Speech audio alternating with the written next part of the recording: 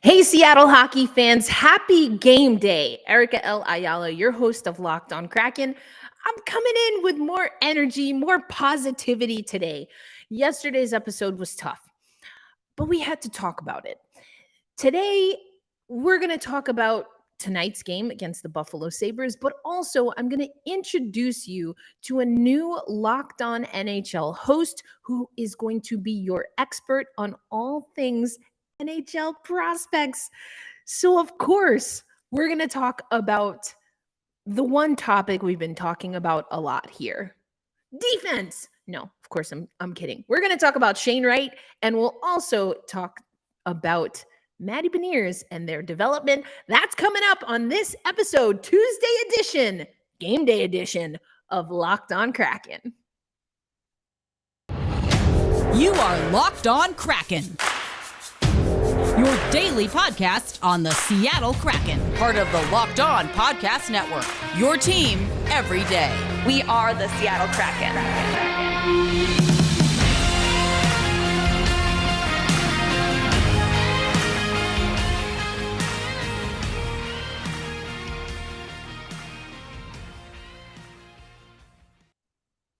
Hey, what do you say, Seattle hockey fans? Thank you for making Locked On Kraken your first listen, or at least one of your listens of the day. We have so many great shows, and I'm going to introduce you to another one here on the Locked On Podcast Network. But for those who I am meeting or who are hearing me for the first time, my name is Erica Lindsay Ayala. I am your host of Locked On Kraken.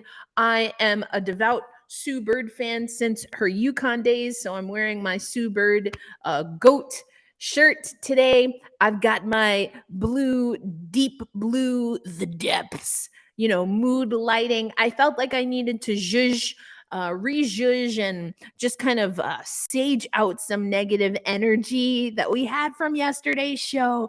I don't apologize for my rant. I think it was absolutely warranted.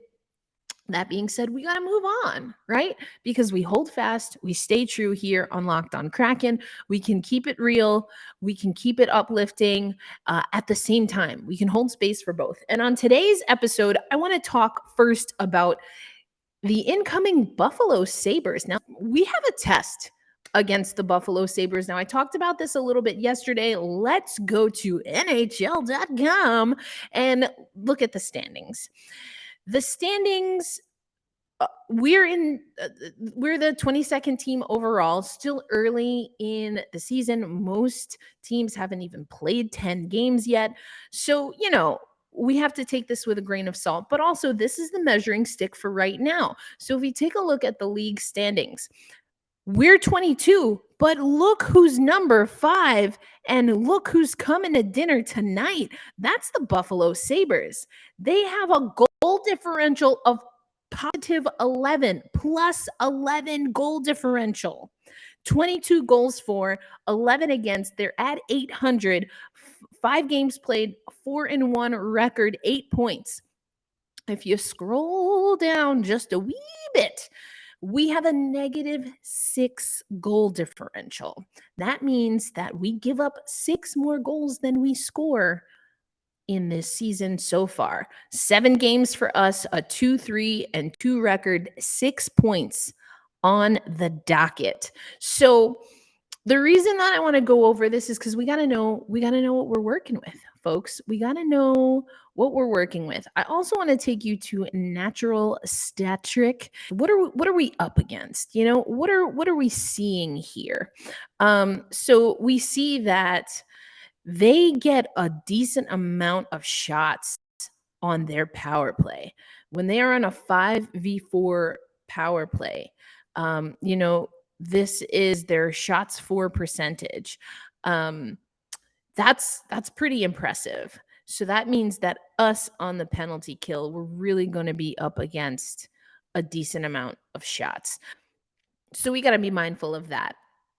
So it's interesting to see that, again, the shots for percentage, power play shots, the Buffalo Sabres can really get up a lot of shots on the power play, which is something to keep in mind because the Seattle Kraken are taking their fair share of penalties. Okay, so let's just take a look at what this looks like, the overall overview. Where do we get our most shots?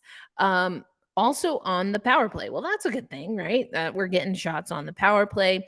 Then you see it's at even strength, about 55% of our shots for are coming at even strength. And then, we've only got 8% that are coming on the penalty kill. Now, let's go back to Buffalo for a minute. 26% on the penalty kill. So, again, something to keep in mind for tonight's game via natural stat trick. I also want to talk a little bit about the game notes that the Seattle Kraken sent over. So the Seattle Kraken send game notes over. The record for Buffalo, as I mentioned already, is 4-1-0, 8 points. We are 2-3-2. They are 3-0 on the road.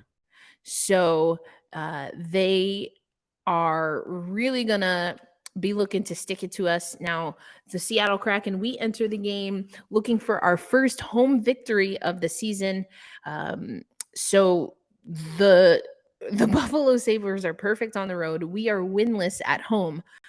Something's got to give there. We want it to be us, right? We want CPA rocking. We want climate pledge arena. I mean, we didn't get it done for the GOAT when she was honored and welcomed. So we're going to have to get it done. Why not against Buffalo? Why not against Buffalo? We have Vancouver coming in already. Even the Seattle Kraken broadcast staff, they're looking at Vancouver. They're winless on the entire season, and they're coming to CPA. We're going to be playing Vancouver.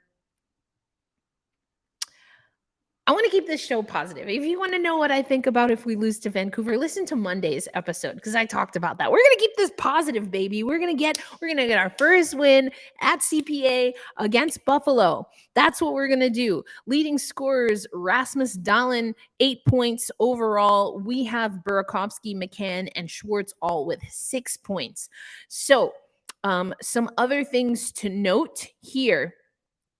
Tomorrow's matchup in Buffalo could see 5 rookies hit the ice. And this is going to be apropos for our upcoming conversation. That would include, of course, Shane Wright and Maddie Beniers.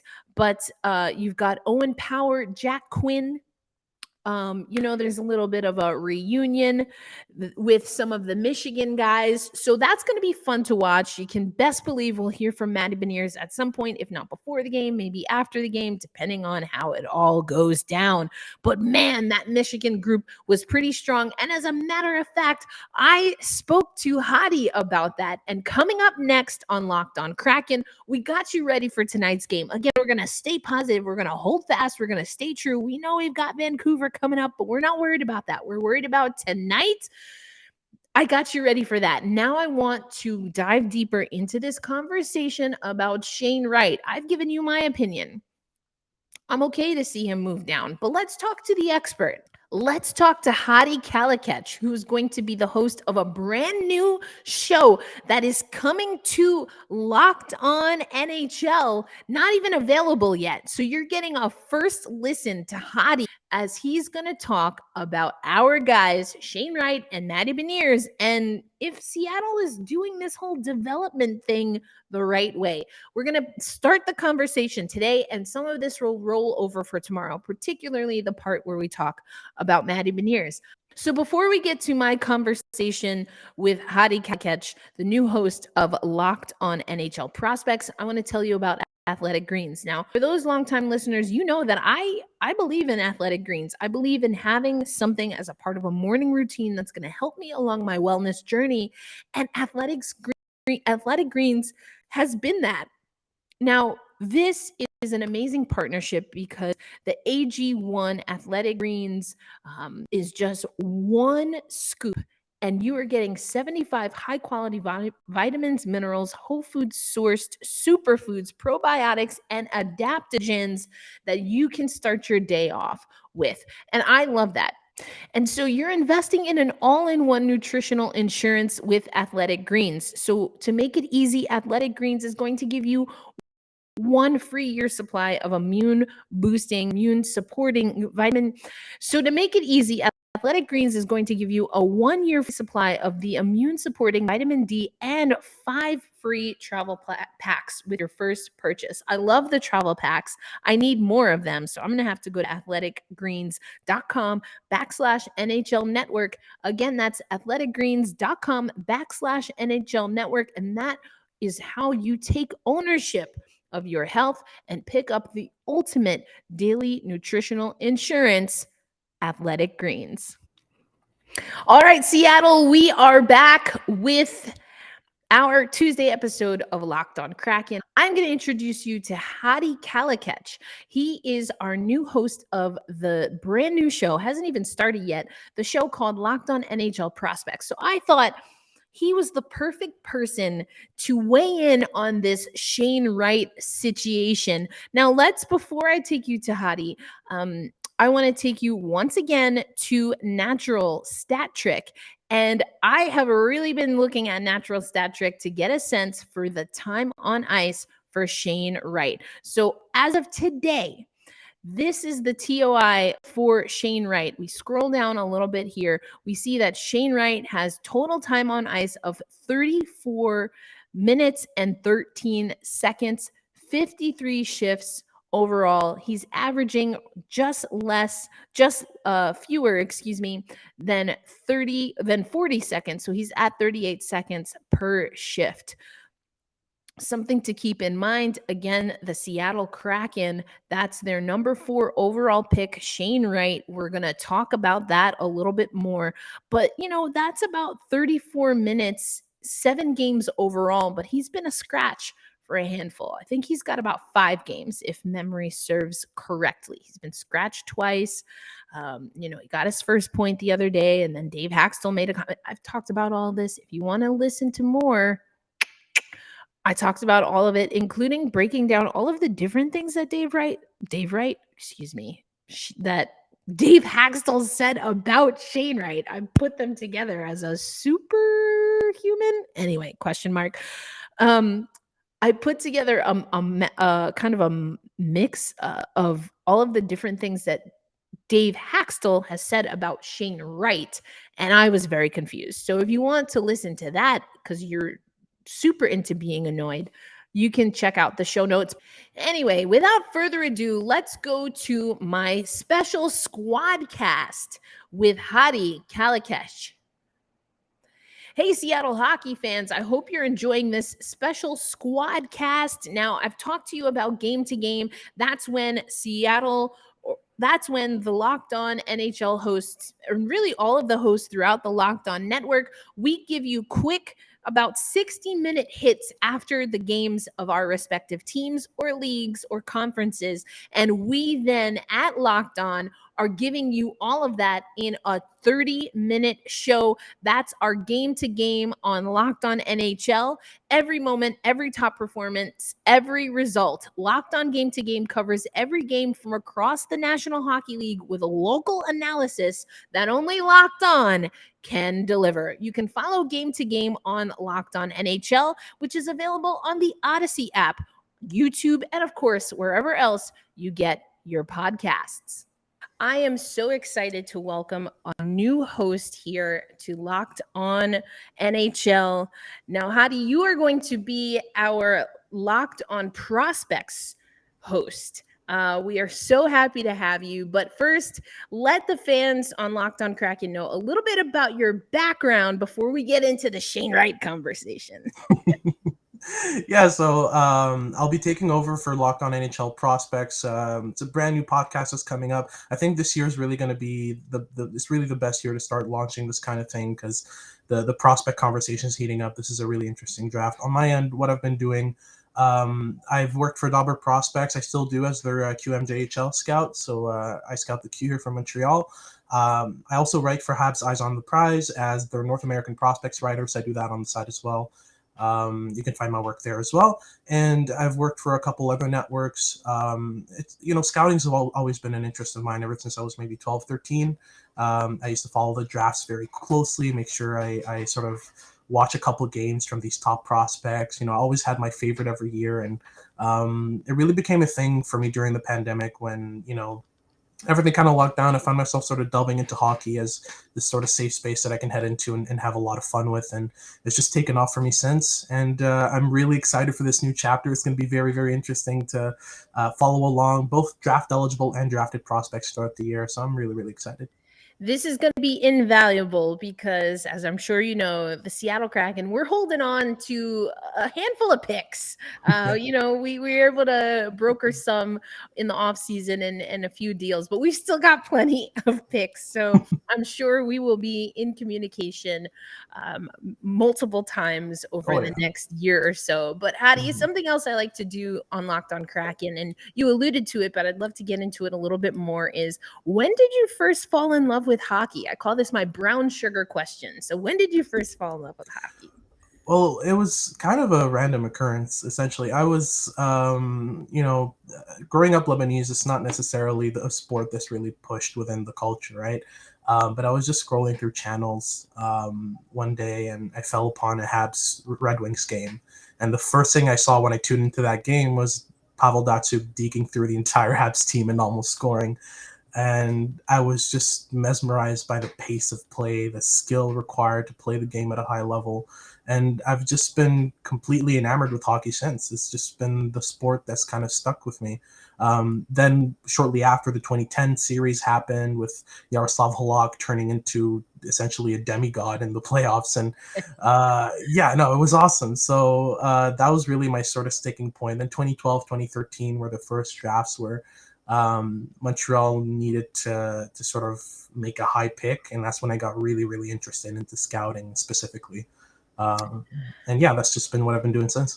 Wow. So you are the absolute perfect person, not just for this Locked on NHL Prospects podcast, which is forthcoming, but, other than perhaps, our friends over at Locked on Montreal Canadiens, we're probably the second most excited podcast to have you because of how things went down with the draft. And when you were introduced to us via email, I was like, oh, we're gonna definitely have Hadi on the show because of course, not only was that draft in Montreal, but Shane Wright was projected to be the number one pick to Montreal.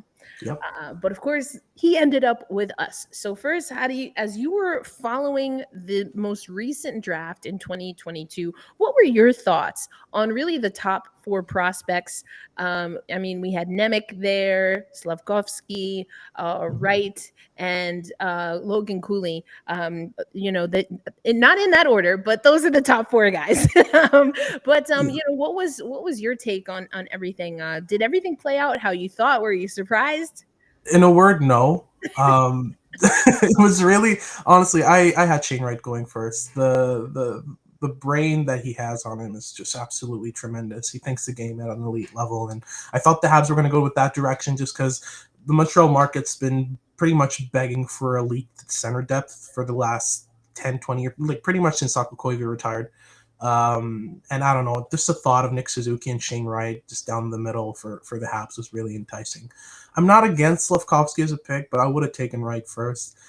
One name you didn't mention that I want to shout out within that top four that I had second overall was Frank Nazar, who went 13th to the Chicago Blackhawks, which really astounded me as well. I thought he'd go higher. But especially, Simon Nemec at second overall was just an absolute shocker. I mean, to me, Nemec is a very, very good defender. He's among the best defensemen in this class. He was not the second best prospect. And that was a pick where New Jersey was intent on not selecting a center because they have enough of them. They have Dawson Mercer, Nico Hischier, and Jack Hughes down the middle. They're fine, right? But even if I'm picking a defenseman, I don't think I would have gone with Nemec first. So that was really, really shocking for me. And then you go down the line with Logan Cooley at third. I think Arizona was going with him regardless, just because he sells more tickets than Shane Wright, honestly. Like his style of play is electrifying. It's dynamic. It's, you watch him play and you want to go and buy another ticket, right? And that's what Arizona needs right now. So like Shane Wright dropping to fourth was absolutely shocking to me because to me he was the best prospect in this class. And I'm just happy for the Kraken because y'all did a great job in this draft. Like honestly, it was also Jagger Firkus in the second round was an excellent pickup. He was in my top 15, I'd say. So you guys did a great job. I think Wright and Furcus down the middle is the future for you guys. I love it. And obviously Matty Beniers, he got a little bit of a taste last season once his career at Michigan ended after the Frozen Four. And then, until the last two games has really been able to keep up at a point per game pace. So yes, to your point, being able to build through the draft up the middle for the Seattle Kraken at the centerman position is something that we've been hearing Ron Francis talk about for a long time. Now, just like you, I honestly didn't do too much work on Shane Wright, knowing that we had the 4 pick and really believing that he was top 2 for sure, maybe squeaks down to 3. But I was looking at some of the defensemen because I think honestly that's where the Seattle Kraken struggled last season. And honestly, right now, that's still a little bit of a sore spot, as Locked On Kraken fans know, for me personally. So I wasn't really looking too much into Shane Wright, but let's, before we get into his performance with the Seattle Kraken so far, small sample size, and we'll talk about that, I would love to get your thoughts on the death stare. Well, did you think he was staring somebody down? Was it something that was kind of just over exaggerated? What are your thoughts? Well, I was at the draft, right? So I had had a sight on it. From what I've heard, no one in the media is going to admit this. No one in the media wants to really sort of put Shane Wright in the limelight like that. But I'm pretty sure he stared down the Habs table. I'm pretty certain about that. Again, there's no way to guarantee because no one's going to come out officially with a soundbite saying that he did. But from my perspective, from what I saw, it did very much seem like it. So that's how it goes. I love it. I love it because I was not there. But there are a few things that stood out to me. One is the length of the stare, unless he just completely blanked out or blacked out, which I guess if you're being drafted top 4 the NHL, quite possible.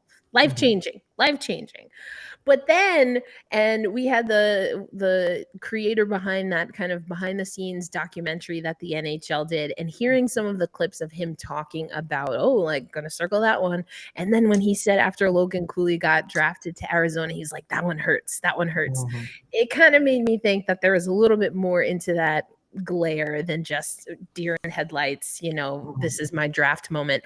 Another thing that I think really stood out was that the first person to kind of say he was looking at the camera wasn't anyone from Shane Wright's camp. It was Ron Francis, which on the one hand I love. Ronnie's like, listen, leave my kid alone. We just drafted him. We're not doing this. I'm gonna just completely shut all of that down. But then after that, Shane started picking up that narrative. So I think I'm with you there. The conspiracy lives on is what we're saying. Yeah. I love it. All right. So coming up next, let's talk about Shane Wright on the Seattle Kraken. And then, Hadi, we're going to keep you on because I would like to also talk about Shane Wright within the context of the draft class entering into what is a very early still NHL season. All right, folks, we're going to close out the show once again speaking with Hadi. We're talking about Shane Wright. We're talking about development, Dave Hakstol. We even eventually get into a little bit of a conversation about Uri Slavkovsky. If you missed his first career goal and then the chirping that happens after, oh man, Hadi and I are going to talk about that. We'll probably get into that on tomorrow's episode. Again, also, Hadi and I talked about Matty Beniers. And so a little bit more of that on tomorrow's episode. But let's close out today's episode. It's a game day. Remember, we've got Buffalo. We don't know as of the time of this recording whether we will see Shane Wright in the lineup. And of course, even if we do, we don't know how many minutes we will see from Shane Wright. So that's all to be determined. But let's take you back to Hadi, our Locked On NHL Prospects host, talking about if Seattle's on the right. Hadi, we're coming back. We're going to talk more about Shane Wright because this is a Kraken podcast. We'll get to the rest of the guys later, but we're so excited to have you as a part of Locked On NHL. We're so excited to have your expertise and even spill a little tea regarding Shane Wright. But as a treat. Yes, exactly, as a treat. But the big conversation now that we've gotten through the death glare has been Shane Wright and what his development is going to look like. Now, on the one hand, just as a recap for hockey fans, Dave Hakstol is our head coach. He has come from the NCAA system. A lot of what we've been hearing is that, player development is something that he is known for, especially coming from that college system. And then we saw what he was able to do with Matty Beniers, or did we? Question mark? Because now I'm starting to wonder: do we have a development plan for Matty Beniers? But anyway, we'll get to that. But then Shane Wright comes in, all of the fanfare that we talked about, thinking for years that he was going 1, he ends up at 4. The death stare, what Ron Francis said about the death stare, all of this stuff, and of course, knowing that if he doesn't play beyond the 9 games that he's allotted, then he has to go back to the OHL. He can't even go to the Coachella Valley Firebirds. So when you look at Shane Wright, when you look at where the Seattle Kraken have him playing, I think time on ice, he's less than 30 minutes in the season. He's already been a healthy scratch for 2 of our games.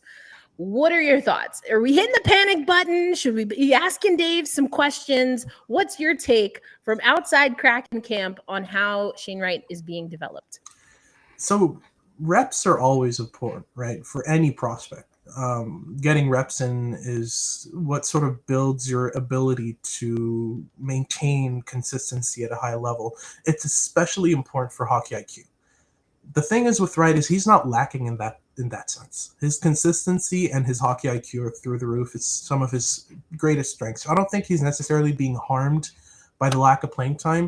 It might be sort of hurting his I don't want to say ego because it's a strong word, but it kind of has some effect on the way that he perceives his level right now. He was heading into this sort of certain in his mind that he's going to be the first overall pick. That didn't happen. I'm sure heading into the NHL, he had this idea of like, I'm going to take the bull by the horns and just make things happen. And it's just not working out for him right now. I don't think there's necessarily a reason to panic. It's not something that's necessarily harming his game to be playing so little. Obviously, he would be benefited, playing as much as possible.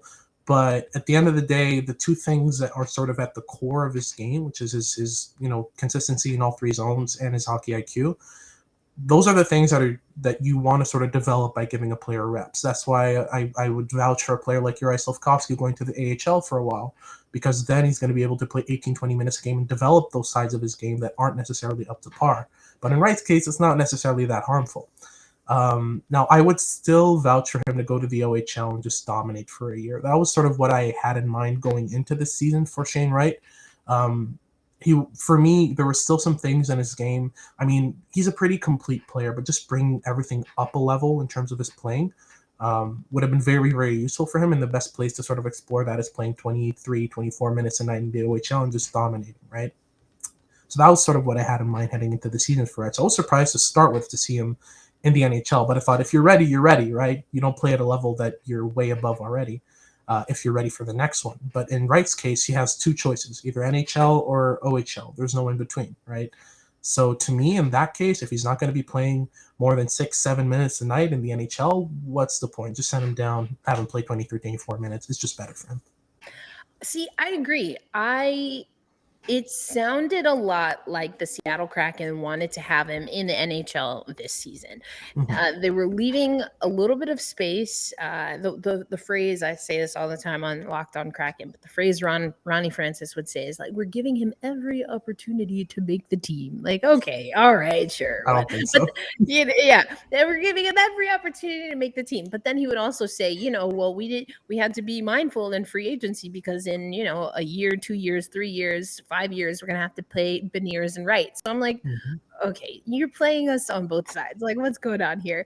But I agreed with you. Just kind of getting a sense for what I knew about Shane Wright, getting a sense for, some of the things that we heard from him in that rookie camp, just him being maybe a little bit of a hothead. That seemed to cool down when some of the veterans came around. But he's a guy that can definitely get excitable. So there's a part of me just in hearing that, and I don't think that's a bad thing. Also, he's 18 years old. Yeah. To be humbled by people that you look up to, and again, not in a bad or even derogatory way. I mean, we're all humbled in life, and that's the growth. That's what you get when you are challenging yourself. And so I think that him getting this time with the NHL is not a bad thing. I don't think we should force him into more minutes. And my take has been up until our game the other night against Colorado, I had concerns for the veterans. We've got like multiple 2-time Stanley Cup winning players, and I couldn't get a sense for the system. So again, folks, we have a game tonight. I'll be back with my little clip that will be a part of Game to Game. But now that you've listened to Locked On Kraken, check out Locked On Sports today. It is our network podcast that gives you the biggest stories of the day, plus instant reactions, big game recaps, and the take of the day. You can listen to Locked On Sports today on the Odyssey app. You can, of course, watch on YouTube or listen wherever you get your podcast. But it's a game day, folks. It's a Seattle Kraken game day. We are ending this episode with energy, positive energy. I've got my light going. I've got my cap going. We are ready to go. I'm bringing in the Sue Bird GOAT energy. For those not watching on YouTube, I'm wearing my Sue Bird jersey from Playa Society, or shirt from Playa Society. We are going into Climate Pledge Arena. We are pumping it up. We are focused. We are going to clean up the little things, and we are going to get that first win. Oh, yeah. And we're going to send Buffalo home with a loss, their first road loss of the season. I am claiming it. I am proclaiming it for us as a fan base. That's what we're going to talk about on tomorrow's episode of Locked On Kraken. It'll be an interesting episode if I don't have the chance to talk about that, but we're not there yet. Let's focus on one thing. We're going to hold fast. We're going to stay true, and tonight we ride. Let's go Kraken. I'll see you tomorrow.